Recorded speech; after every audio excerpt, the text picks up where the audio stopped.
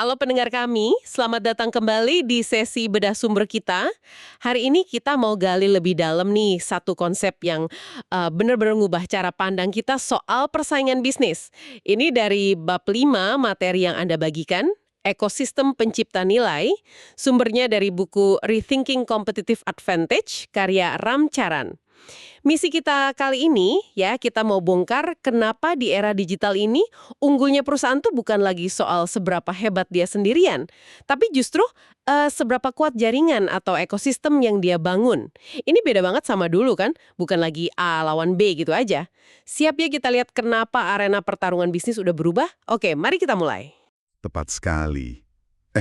Inti dari bab ini tuh pas banget sama aturan baru persaingan #3 yang diidentifikasi Charan. Bunyinya, sebuah perusahaan tidak bersaing, ekosistemnya lah yang bersaing. Nah, ini bukan cuma slogan loh. Ini perubahan fundamental banget. Kita nggak lagi ngomongin rantai pasok yang lurus, simple gitu. Yang kita lihat sekarang tuh jaringan yang bisa tumbuh eksponensial, saling terkait, rumit dan sering banget nyebrang batas industri. Jadi bukan soal bangun tembok tinggi lagi, tapi yaitu bangun jembatan yang kuat dan strategis. Gitu kira-kira. Aturan #3 itu ekosistemnya layan bersaing kalau dipikir-pikir dampaknya gede banget ya. Artinya ya pertarungan Ford lawan GM atau Apple lawan Samsung itu cuma secuil gambaran aja sekarang ada banyak pemain lain hubungan lain. Betul. Dulu mungkin kita lihatnya lebih linear ya, kayak Apple sama pengembang aplikasi awalnya, atau aliansi Intel Microsoft yang klasik itu. Tapi sekarang, apalagi sama raksasa digital, kita lihat mereka bangun ekosistem yang skalanya, jauh lebih masif, multidimensi. Coba deh lihat Alibaba. Mereka itu kan jauh lebih dari sekedar e-commerce ya. Iya, udah kemana-mana ya mereka. Nah, itu dia. Ekosistemnya nyampe ke media sosial lewat Weibo, terus investasi di transportasi kayak Lyft. Punya logistik canggih banget namanya Cainiao. Bahkan masuk ke mobil Anda lewat Tmall Genie Auto. Itu dipasang di BMW, Volvo, Audi, macam-macam lewat kemitraan. Wow. Kunci unggulnya ya di situ. Kemampuan buat merancang sama mengelola ekosistem yang rumit ini. Buat apa? Buat kasih nilai lebih ke pelanggan. Ada contoh lain juga, menarik nih. Honeywell sama BigFinet. Mereka gabungin otomasi proses sama AI, analitik data, buat percepat penemuan obat di farmasi. Oh, jadi bisa lintas industri gitu ya kerjasamanya? Justru itu kekuatannya. Ekosistem bisa dorong inovasi lintas sektor. Nah, ini bagian yang seru nih. Gimana persisnya sih ekosistem ini nyiptain nilai? Kita kan sering dengar istilah efek jaringan. Bisa dijelasin dikit? Mungkin pakai contoh Amazon aja kali ya yang sering disebut. Tentu, bisa banget. Efek jaringan itu intinya gini. Nilai sebuah platform atau layanan itu naik drastis seiring nambahnya pengguna atau mitra. Simpelnya gitu. Nah, contoh Amazon pas banget. Anda ingat nggak surat Jeff Bezos ke pemegang saham tahun 2019? Yang mana ya? Dia nyorotin gimana penjualan dari penjual pihak ketiga di Amazon Marketplace itu meroket. Dari cuma 3% total penjualan fisik tahun 99 jadi 58% di 2018. Wah, lebih dari separuh ya? Gila juga. Iya, mayoritas. Nah, para penjual ini kan bagian vital banget dari ekosistem Amazon. Dan Amazon nggak diam aja kan? Mereka aktif bantu para penjual ini dong pastinya. Justru itu kuncinya. Amazon nyediain macam-macam. Alat canggih buat inventaris, proses pembayaran, terus layanan fulfillment, FBA itu. Oh, yang bikin pengiriman cepat itu ya? Iya, betul. Pengiriman jadi cepat dan luas jangkauannya. Mereka bahkan kasih pinjaman modal kerja lewat Amazon Lending. Dan yang paling penting nih, mereka kasih visibilitas. Bayangin aja, sekitar 54% konsumen itu mulai nyari produk di Amazon, bukan Google. Wah, itu panggung yang mahal banget ya buat penjual. Banget. Jadi ada keuntungan timbal balik yang kuat banget di sini. Jadi saling menguntungkan gitu ya? Persis. Pertumbuhan si mitra pihak ketiga ini, itu memicu lingkaran pertumbuhan positif buat Amazon sendiri. Pertama jelas, transaksi makin banyak, artinya kas makin banyak. Dan yang nggak kalah penting, data pelanggan makin kaya. Data ya kuncinya. Iya. Kedua, data ini kan diolah pakai algoritma. Hasilnya, rekomendasi produk lebih relevan, pengalaman pelanggan meningkat. Lebih banyak pilihan, harga bersaing. Terus data ini juga jadi masukan buat perbaikan terus-menerus. Ketiga, ini nyiptain banyak aliran pendapatan baru. Oh ya? Apa aja tuh? Ya dari biaya marketplace, bunga pinjaman tadi, terus iklan tertarget yang efektif banget. Bahkan, saking suksesnya, ini ngelahirin bisnis raksasa baru kayak AWS, Amazon Web Services, sama Alexa. Masing-masing punya ekosistem lagi. Wah, beranak pinak gitu ya bisnisnya? Iya, kayak gitu. Sampai-sampai ada laporan Financial Times tuh. Goldman Sachs katanya mau kerjasama nawarin pinjaman UKM lewat platform Amazon. Gila juga ya. Dan ini penting nih buat Anda pahami. Konsep ekosistem ini fundamental. Nggak cuma berlaku di B2C, tapi kuat banget juga relevansinya di B2B. Oke. Menarik banget soal Amazon. Coba kita lihat gimana konsep ekosistem ini bener-bener ya ngubah wajah industri yang udah mapan. Contohnya industri otomotif deh. Dulu kan petanya lumayan jelas ya, Ford lawan GM, Toyota lawan BMW. Sekarang kok rasanya rumit banget nih. Sangat rumit. Bener-bener diobrak-abrik petanya. Ada beberapa kekuatan besar sih penyebabnya. Pertama, ya jelas, Tesla. Dengan mobil listriknya. Mereka bahkan berani buka paten kan, biar adopsi lebih cepat. Ya itu langkah berani banget sih. Kedua, kemajuan pesat teknologi otonom, AV. Mobil nyetir sendiri itu. Ini gara-gara sensor, kamera, AI makin canggih. Lahirlah pemain teknologi baru kayak Mobileye, ini punya Intel sekarang. Terus Waymo dari Google, sama Cruise Automation, ini punya GM. Jadi pemain teknologi masuk ke otomotif ya? Betul. Ketiga, ledakan layanan ride-hailing kayak Uber, Lyft, terus Didi Chuxing di China. Ini ngubah cara pikir orang. Dari yang tadinya harus punya mobil, jadi yang penting dapat mobilitas. Ingat kata Ted Levitt, orang nggak butuh bor, tapi butuh lubang. Iya. Butuh mobilitasnya bukan mobilnya ya. Persis, konsumen butuh mobilitas. Jadi akibatnya batas antar industri jadi kabur gitu ya. Produsen mobil, perusahaan teknologi, layanan transportasi, sekarang numplek di satu kolam yang sama. Tepat sekali. Mereka semua sekarang ada di satu lanskap kompetitif yang sama, ekosistem mobilitas. Kompleksitasnya luar biasa. Ada perkiraan, pemain besar itu butuh minimal 10 mitra ekosistem beda-beda biar bisa efektif bersaing. 10 mitra, banyak juga ya. Iya, makanya pilihan mitra hari ini itu nentuin nasib mereka besok. Ini butuh perubahan cara pikir radikal. Lihat aja BMW sama Mercedes. Rival abadi puluhan tahun kan? Iya, musuh bebuyutan itu. Sekarang malah kolaborasi. Mulai dari patungan beli bisnis peta Nokia, HERE itu, terus kerjasama ngembangin platform mobil, baterai listrik, teknologi otonom. Wah, sampai segitunya ya. Itu bukti nyata banget sih aturan main udah berubah total. Banget. Terus, siapa aja nih yang lagi bangun kemitraan strategis ini? Bentuknya gimana aja? Bentuknya macam-macam. Lyft, misalnya, mereka pilih bangun platform open source. Jadi teknologinya lebih terbuka. Terus mereka gandeng banyak pemasok teknologi self-driving, termasuk Waymo. Di China, Didi Chuxing itu nggak cuma uji software dari produsen mobil Kuros, tapi juga nyaplok operasinya Uber di sana. Jadi dominan banget mereka. Oke, jadi ada pendekatan yang beda-beda ya kayaknya dalam bangun ekosistem ini? Nah, ini menarik banget lihat beda strateginya, terutama di China. Ada Baidu, raksasa internet sana. Mereka luncurin platform Apollo. Anggap aja kayak Android, tapi buat mobil otonom. Nah, pendekatan open system ini cepet banget narik mitra. Oh ya, berapa banyak? Lebih dari 100 mitra dalam 14 bulan. Ada Microsoft, Intel, Daimler, BIC, banyak deh pemasok komponen juga. Ini cara pinter mereka ngatasin keterbatasan data awal. Cerdas juga ya. Di sisi lain, ada Didi Chuxing. Mereka bangun ekosistem yang beda, lebih tertutup. Aliansinya sama 31 produsen mobil dan pemasok. Mereka bahkan bikin joint venture, usaha patungan, sama VW dan BIC. Buat apa? Buat kelola armada, sama bikin mobil khusus ride-sharing. Kekuatan utama mereka apa dong kalau gitu? Data. Data masif dari operasi ride-sharing global mereka. Itu aset gede banget. Sementara di AS, GM kan beli Cruise, tapi dijadiin unit independen, biar tetap lincah.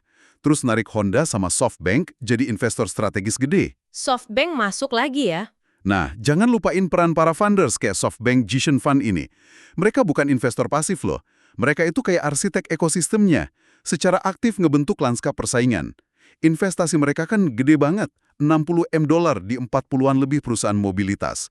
Ada Didi, Uber, Ola, Grab, ARM, Nvidia, GM Cruise, belum lagi JV sama Toyota.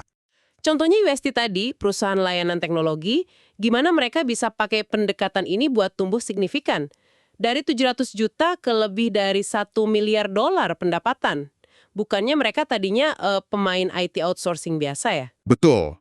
Awalnya fokus mereka memang di IT outsourcing. Tapi mereka jeli banget lihat pergeseran kebutuhan klien. Klien mulai butuh platform digital. Buat apa? Buat ambil keputusan lebih baik, buat pengalaman pelanggan atau karyawan yang lebih superior. Nah, UST sadar nih. Mereka sadar, wah kalau bangun semua kapabilitas digital canggih ini sendirian, bakal lama banget. Dan mungkin kalah lincah sama startup yang spesialis. Jadi daripada bangun sendiri, mereka gandeng pihak lain gitu. Tepat sekali. Cerdas banget strateginya. Mereka bangun ekosistem 3 lapis. Pertama, investasi atau akuisisi startup. Mereka cari dan tanam modal di sekitar 15 perusahaan kecil yang punya keahlian digital atau algoritma spesifik buat ngelengkapin kemampuan internal UST. Beberapa dibiarin independen, biar tetap fleksibel. Oke, itu lapis pertama. Terus? Kedua, inkubasi internal dan kemitraan akademik. Jadi mereka tetap ngembangin platform digital sendiri, tapi sambil gandeng institusi riset top kayak MIT, Stanford, UPenn. Tujuannya buat bawa riset terbaru ke klien mereka. Ketiga, aliansi sama perusahaan software gede dan big tech. Nah, ini strategis banget kayaknya ya. Iya, karena mitra ini kan punya akses ke klien kakap, Fortune 500, Global 1000. UST nawarin platform yang 80% desainnya bisa dipakai ulang lintas industri, sementara mitranya bawa akses pasar. Mereka juga kerjasama sama Big Tech buat nawarin sistem digital enterprise bareng-bareng. Manfaatin pemahaman UST soal bisnis klien. Hasilnya gimana tuh buat UST sendiri? Hasilnya signifikan. UST jadi bisa penuhin kebutuhan klien yang berubah cepat banget. Sekaligus, mereka kasih aliran bisnis baru ke startup mitra mereka. Oh, jadi win-win solution gitu ya? Betul. Ini nyiptain efek pengganda, multiplier effect, dan memungkinkan mereka perluas kapabilitas secara efisien. Beda banget sama perusahaan IT lama yang coba saingan sendiri, akhirnya malah kejebak perang harga. Oke. Sekarang kita geser ke contoh lain yang ambisinya gede banget nih. Apple di bidang kesehatan. Kita kan tahu ekosistem iPod musik sama iPhone aplikasi mereka sukses banget ya. Tapi kenapa kesehatan jadi fokus gede berikutnya? Tim Cook malah bilang kontribusi terbesar Apple mungkin di bidang ini. Apa sih yang bikin Apple ngerasa ini medan perang yang pas buat mereka? Langkah Apple ini sebenarnya logis banget kalau kita lihat kekuatan unik mereka. Apa aja? Fokus kuat ke pengalaman konsumen, itu pasti. Terus keahlian mereka gabungin hardware sama software secara mulus. Reputasi bagus soal privasi data, basis pengguna global mereka kan 900 juta orang. Gede banget. Plus, pasukan pengembang aplikasi yang loyal dan banyak. Tapi kan industri kesehatan terkenal ribet ya, terfragmentasi, regulasinya banyak banget. Justru di situ peluangnya. Industri kesehatan memang pasar raksasa kan? Sekitar 20% PDB AS, 13 triliun dolar global. Tapi pemainnya pecah-pecah. Ada dokter, rumah sakit, asuransi, peneliti, pembuat alat medis, regulasinya kompleks. Nah, masalah terbesarnya itu diskoneksi informasi. Diskoneksi informasi, maksudnya gimana tuh? Data pasien itu nyebar di mana-mana. Sistem antar lembaga sering nggak nyambung, nggak bisa komunikasi. Akibatnya apa? Pemborosan administrasi gede banget, biaya jadi tinggi, potensi penipuan, risiko kesalahan medis, diagnosis telat. Nah, visi ekosistem Apple itu membangun platform yang pusatnya di pengalaman kesehatan end-to-end yang personal, mengatasi diskoneksi ini, menciptakan apa yang disebut satu sumber kebenaran. Single source of truth ya? Iya, single source of truth.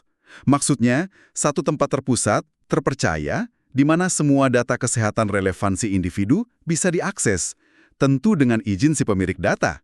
Kuncinya di situ, individu pegang kendali atas datanya. Wah, kalau itu terwujud, potensi manfaatnya kedengarannya gede banget sih. Sangat besar. Coba bayangin, standarisasi data bisa pangkas biaya administrasi. Algoritma bisa bantu deteksi penipuan. Rekam medis terintegrasi, bikin riwayat pasien lengkap, nggak hilang pas pindah dokter. Riset medis bisa lebih cepat. Amgen disebut bisa potong siklus pengembangan obat 5 tahun. Wow, 5 tahun itu signifikan banget. Iya. Regulasi juga bisa lebih kuat karena berbasis bukti. Dan ini bukan baru rencana ya. Apple udah gerak dari lama kayaknya. Gimana mereka bangun fondasi ekosistem ini? Udah jalan bertahun-tahun ini.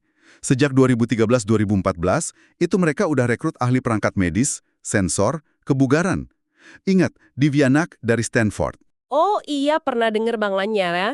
Mereka luncurin aplikasi Health tahun 2014, terus platform Health Kit buat pengembang, sama Research Kit buat riset medis.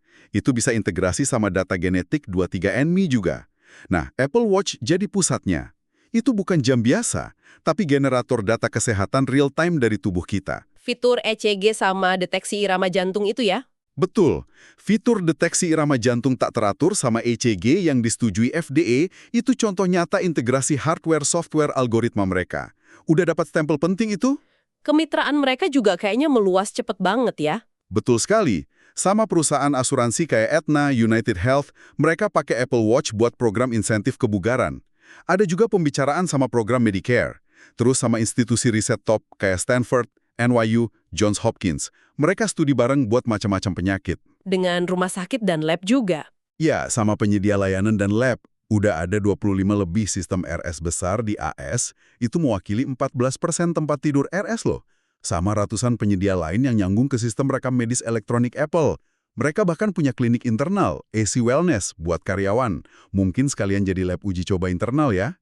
Wah, lengkap banget ya jaringannya. Ini nyiptain lingkaran positif. Peneliti dapat data kaya, dokter dapat info real-time pasien, konsumen punya kontrol lebih, birokrasi, biaya, risiko turun. Semua belajar, inovasi kedorong. Apple sendiri ya dapat data buat perbaikan produk mereka. Ini pasti bikin pemain lain deg-degan ya. Tapi di sisi lain nih, konsentrasi data kesehatan yang sensitif banget di tangan satu raksasa teknologi kayak Apple, meskipun mereka janji soal privasi, apa itu nggak munculin kekhawatiran baru juga? Dari sisi etika atau potensi penyalahgunaan gitu. Itu pertanyaan yang sangat valid. Dan jadi tantangan tersendiri tentu saja. Pemain lain kayak Amazon, Alphabet, atau Google, ya jelas nggak tinggal diem. Begitu juga rumah sakit, lab, perusahaan farmasi. Pertanyaannya kan, mereka mau gabung ekosistem Apple atau bangun ekosistem pesaing, kayak kemitraan RS Brigim atau Mayo, sama IBM, Microsoft, Amazon, itu kan contohnya. Atau coba jalan sendiri. Lanskap kesehatan ini lagi dibentuk ulang sama kekuatan ekosistem. Dan isu privasi, kontrol data, itu bakal terus jadi perdebatan penting ke depannya. Kompleks ya, butuh keahlian khusus banget kayaknya, bukan cuma nunjuk manajer proyek biasa gitu ya. Jelas bukan? Ini butuh pemimpin dengan keahlian spesifik yang mungkin susah dicari di CV biasa. Kemampuan buat rancang metrik yang pas buat ukur kesehatan ekosistemnya, menyelesaikan isu pelik soal bagi-bagi hak kekayaan intelektual atau IP, negosiasi kontrak yang alot, termasuk klausul keluarnya gimana. Dan yang paling krusial, bangun hubungan antar manusia, menjembatani budaya organisasi, insentif yang beda-beda antar mitra. Itu nggak gampang loh. Jadi peran pemimpin ekosistem ini strategis banget ya posisinya? Sangat strategis. Idealnya sih lapor langsung ke CEO dan punya tim khusus. Dan perlu diingat juga, ekosistem itu ya nggak permanen. Oh, nggak selamanya gitu ya? Nggak, teknologi berubah, ekspektasi konsumen berubah, jadi evaluasi mitra, bangun relasi baru, terus mutusin hubungan sama yang lama, itu harus rutin. Menjaga keseimbangan pertukaran data sama bagi hasil keuntungan juga tantangan terus-menerus. Tantangan terbesarnya menurut saya, kemampuan buat mengkonseptualisasikan keseluruhan ekosistem. Gimana caranya ngasih pengalaman hebat ke konsumen, gimana mitra bisa saling nguatin, gimana sukses diukur dan dibagi secara adil. Itu butuh helikopter view yang kuat. Wah, ini butuh gabungan antara imajinasi strategis sama pemahaman teknologi ya berarti? Tepat. Nggak semua orang punya kapasitas kognitif atau imajinasi skala besar kayak gini. Pengetahuan dasar soal algoritma itu sangat membantu. Walaupun nggak harus jadi teknolog ya.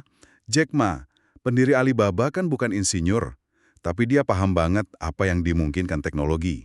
Tentu aja, bisa dimulai dari ekosistem yang lebih sederhana dulu. Nggak harus langsung sekompleks itu. Oke. Jadi, kesimpulan utama buat Anda pendengar kami dari penjelajahan bab 5 ini, jelas banget ya, di era sekarang perusahaan Anda itu nggak bersaing sendirian.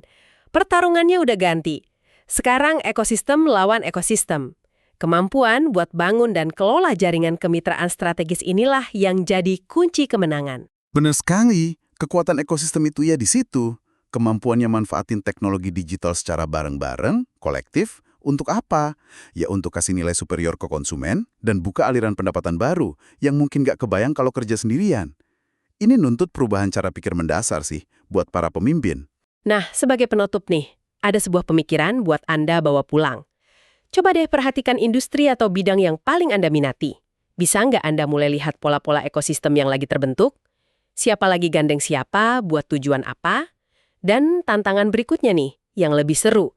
Bisa nggak Anda bayangin sebuah ekosistem yang belum ada sekarang, tapi punya potensi ngubah total permainan buat konsumen di bidang itu? Sesuatu buat direnungkan ya. Oke, terima kasih sudah menyimak penjelajahan mendalam kita hari ini. Sampai jumpa di sesi berikutnya.